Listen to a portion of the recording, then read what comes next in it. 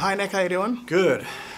This film is a lot edgier and stylistically different than the first film. Yeah. Can you talk about some of the changes that fans can expect in this movie? Well, Neveldine and Taylor are very specific about their vision. They're extraordinary. There's not anyone else quite like them, literally risking their lives to get shots to entertain you. And they have a kind of a pop art sensibility that goes from the lowbrow to the sublime.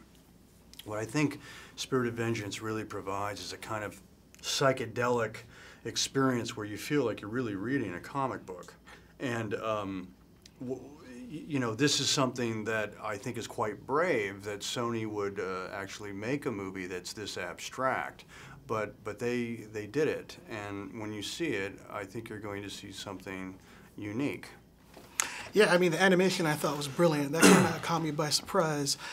Johnny Blaze, your character in this film, is a lot edgier and a little bit funnier. And I was wondering, how much of that is on script, or is that just you ad-libbing, throwing some extras in there? It's a bit of both. I try to take the script and do that a few ways, and then I'll go off-page and experiment with improvisation. I wanted Blaze to have a much more sarcastic, cynical, ironic sense of humor. Kind of like a cop or a paramedic who's seen a lot of horrific things and has to develop an irony in order to cope. And in the other movie, he hadn't had the curse erupt yet. In this movie, he's been living with it for 8 years, so it's had an effect on his state of mind for 8 years, and it's given him a bit of a transformation.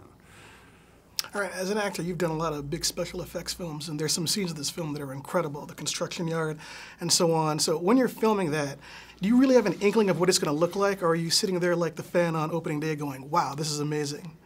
I was in a different state of mind entirely because I was playing the Ghost Rider in most of the action sequences, so I was doing whatever I needed to do to augment my imagination so that I could really believe I was this way out character from another dimension. So I really wasn't thinking too much about anything other than being the Ghost Rider.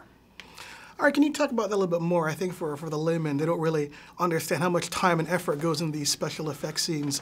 What's the hardest thing to do as far as getting the fire and all that action that we see on screen? Well, there are departments that handle the fire. There are departments that help me with choreographing the moves of the stunts.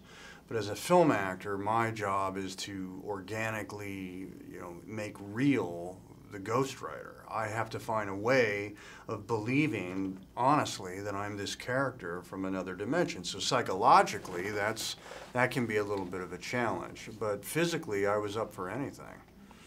All right, thanks, Dick. All right, thank you.